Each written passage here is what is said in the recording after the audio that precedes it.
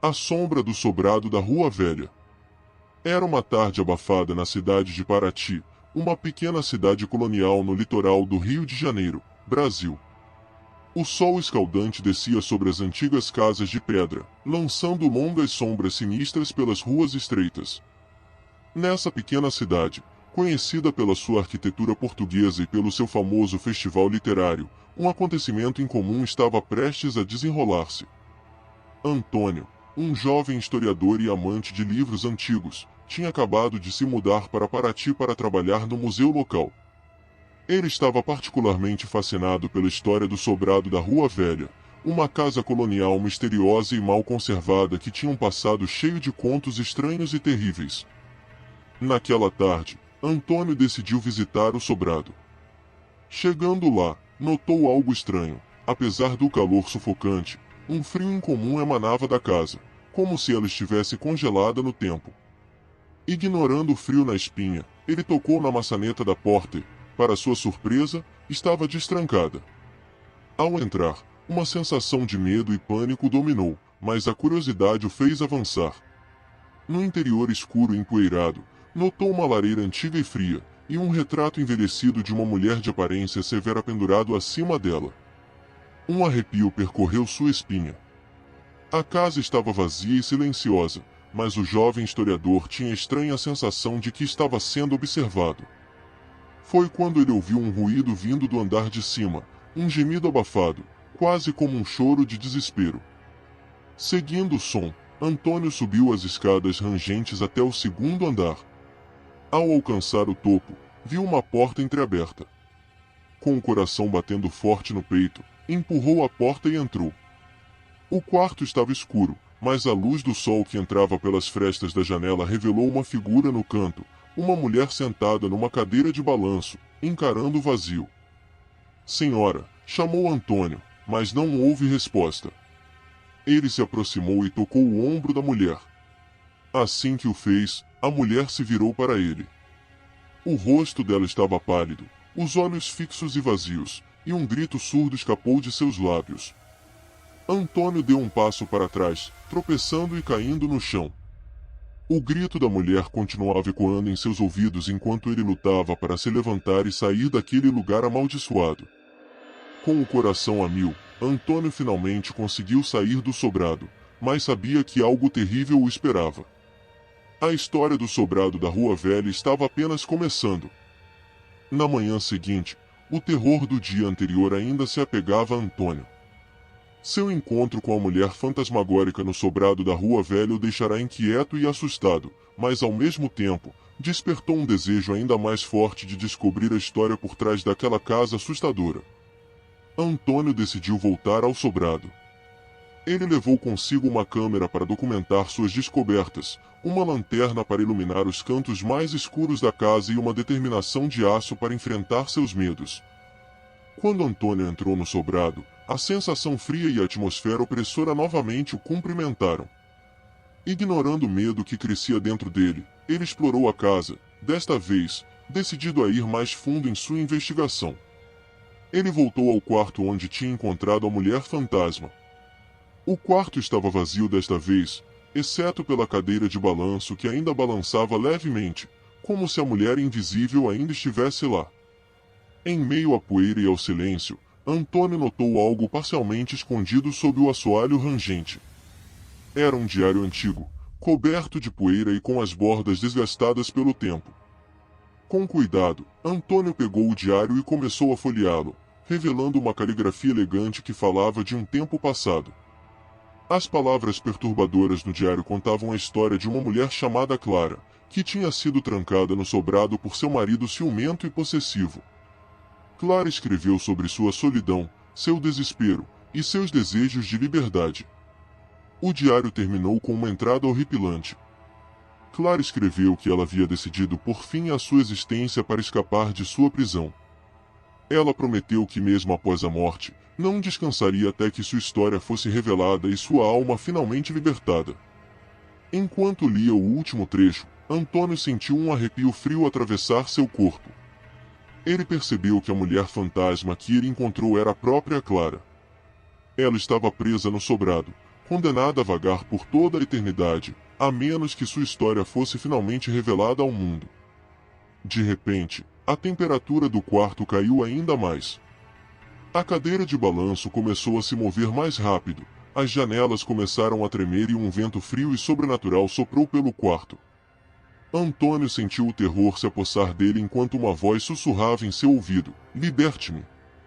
Após o arrepiante episódio do diário, Antônio se viu mais determinado do que nunca a ajudar Clara.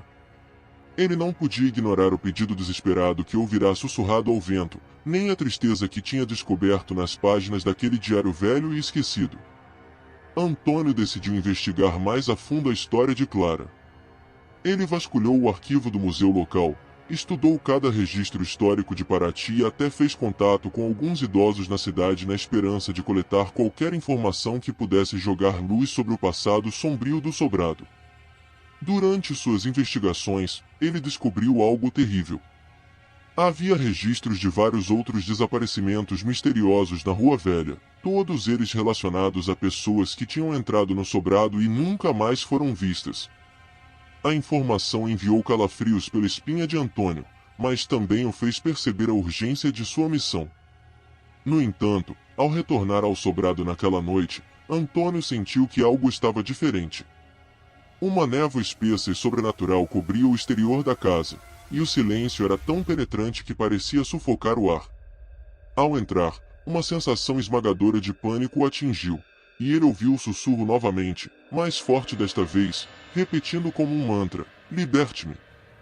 Antônio, com seu coração batendo forte, decidiu subir as escadas em direção ao quarto onde encontrou Clara. Mas desta vez, ao chegar ao topo, encontrou não apenas uma, mas várias portas fechadas. Cada porta era mais assustadora do que a outra, com desenhos estranhos e símbolos que pareciam ser algum tipo de proteção ou aviso. Com o suor escorrendo pelo rosto, ele escolheu uma porta e a abriu. Para seu horror, ele encontrou um quarto cheio de espelhos antigos, todos cobertos por um pano preto. No meio do quarto, havia uma cadeira e nela, sentada de costas para a porta, estava a figura de Clara. Assim que Antônio entrou no quarto, todos os panos caíram dos espelhos, revelando o reflexo da sala de uma perspectiva perturbadora. Clara se levantou e se virou para Antônio. Seus olhos estavam cheios de tristeza e desespero. Ela apontou para um dos espelhos e sussurrou: "A verdade." O espelho que Clara apontou mostrava uma cena chocante do passado, Clara sendo brutalmente assassinada por seu marido ciumento. Antônio percebeu que a história do suicídio era uma mentira para encobrir o terrível crime. Percebendo a verdadeira extensão da tragédia, Antônio soube que sua missão era não apenas libertar a alma de Clara, mas também trazer a justiça que ela foi negada em vida. Abalado pela visão aterradora, Antônio se viu envolvido em um mistério ainda mais profundo do que havia imaginado. Clara não se suicidara, como o diário sugeria, mas fora assassinada. E, de alguma forma, os espelhos do sobrado da Rua Velha eram a chave para revelar essa verdade. Intrigado, Antônio começou a investigar os espelhos. Eram antigos, de origem portuguesa, com molduras de madeira entalhada. Cada um parecia guardar um fragmento do passado. Mas havia um espelho que era diferente dos demais. Era maior, com uma moldura de prata delicadamente trabalhada e uma superfície de vidro que parecia quase líquida à luz fraca do quarto. Ao aproximar-se deste espelho, Antônio sentiu um calafrio. Ele pôde ver seu reflexo, mas havia algo mais, algo sutil e inquietante. Seu reflexo parecia estar tremendo, como se o espelho estivesse respirando.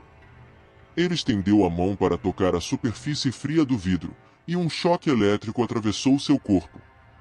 A sala começou a girar, e Antônio caiu no chão, inconsciente. Quando acordou, Antônio se encontrou no mesmo quarto, mas algo havia mudado. Os espelhos não mais refletiam o quarto, mas mostravam cenas diferentes do passado. Eram como janelas para um tempo esquecido. Em um, ele viu Clara sendo trancada em seu quarto pelo marido. Em outro, viu ela escrevendo no diário. Em outro, viu a terrível cena de sua morte novamente. Antônio percebeu que os espelhos estavam lhe mostrando a verdadeira história de Clara, mas também percebeu que havia um enigma a ser resolvido. Cada espelho parecia representar um evento diferente na vida de Clara, mas a ordem dos eventos não estava clara. Além disso, o espelho de prata, que agora permanecia vazio, parecia ser a chave para desvendar o mistério. Porém, como ele deveria ordenar os eventos? E qual era o significado do espelho de prata que parecia estar à espera de algo? O tempo parecia ter parado no sobrado da Rua Velha, e Antônio sentiu que estava preso em um enigma que precisava resolver para finalmente trazer a paz a Clara. Mas, enquanto ele tentava desvendar o mistério, uma sombra parecia se mover nas profundezas do espelho de prata. Algo estava vindo, e Antônio podia sentir um terror que não sentia desde o dia em que entrou pela primeira vez no sobrado. O que seria esse novo terror que se aproximava? Na penumbra do quarto de espelhos, Antônio sentia o peso do mistério se aprofundando. As imagens de Clara que passavam pelos espelhos eram como fantasmas de um passado terrível, e o espelho de prata se tornará ainda mais inquietante com a sombra que parecia se agitar em seu interior. Então, aconteceu. A sombra no espelho de prata começou a tomar forma, e uma figura espectral surgiu lentamente. Não era Clara, mas um homem alto e sombrio, com um olhar frio e penetrante. Antônio sentiu um arrepio percorrer sua espinha. Era o marido de Clara, o homem que a tinha aprisionado e assassinado. O homem parecia olhar diretamente para Antônio, seu olhar cheio de raiva e possessividade. Uma voz sombria ecoou pelo quarto: "Ela é minha. Sempre foi e sempre será." As palavras ressoaram em Antônio como um golpe. Ele agora entendia que o espírito de Clara não estava apenas preso no sobrado, mas estava também sob o controle do espírito do marido cruel. A morte não tinha trazido liberdade a Clara, apenas uma nova forma de prisão. Antônio também percebeu que tinha um novo enigma em suas mãos. Para libertar Clara, ele teria que encontrar uma maneira de quebrar o poder que o marido ainda exercia sobre ela, mesmo depois de morto. Ele olhou ao redor, notando pela primeira vez uma série de símbolos gravados em torno do espelho de prata. Eram antigos, possivelmente relacionados a algum tipo de ritual ou magia. Seriam eles a chave para quebrar o controle do marido sobre Clara? No entanto, Antônio não conseguia entender os símbolos ou sua significância. Ele sentiu a frustração aumentar. O tempo estava se esgotando, e ele podia sentir o olhar maligno do marido sobre ele, ameaçando engoli-lo na escuridão. De repente, os espelhos começaram a tremer, e o sobrado parecia estar sendo tomado por uma tempestade sobrenatural. O ar estava carregado de energia e medo. Antônio sabia que estava à beira de um confronto, mas estava incerto sobre como vencer uma batalha contra forças que estavam além de sua compreensão. As sombras pareciam se fechar em torno dele, e a voz do marido se tornou mais forte, preenchendo o quarto com um rugido ensurdecedor. Antônio sentiu medo se apossar dele, mas sabia que não podia desistir agora. Clara estava contando com ele.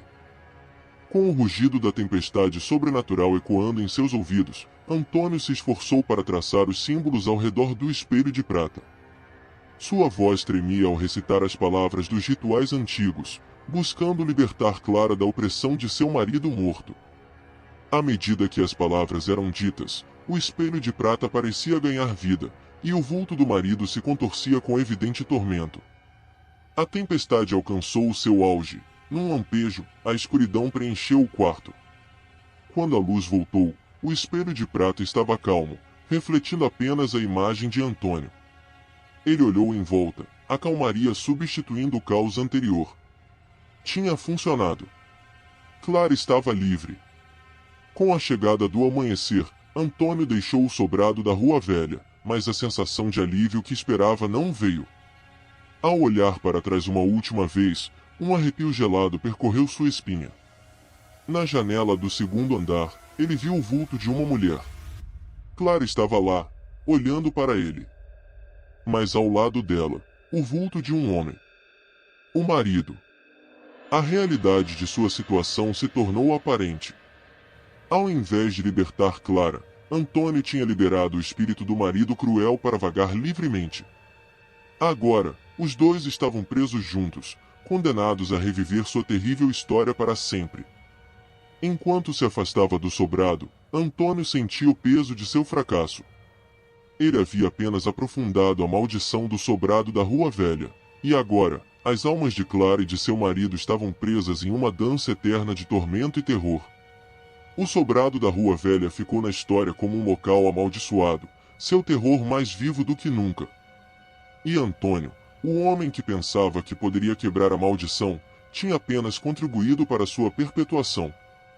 A sombra de seu erro o assombrava, e ele nunca esqueceria a visão dos rostos espectrais de Clara e seu marido olhando para ele da janela do sobrado. O sobrado da Rua Velha e seus segredos terríveis permaneceriam, uma lembrança perene do preço do erro e da ignorância.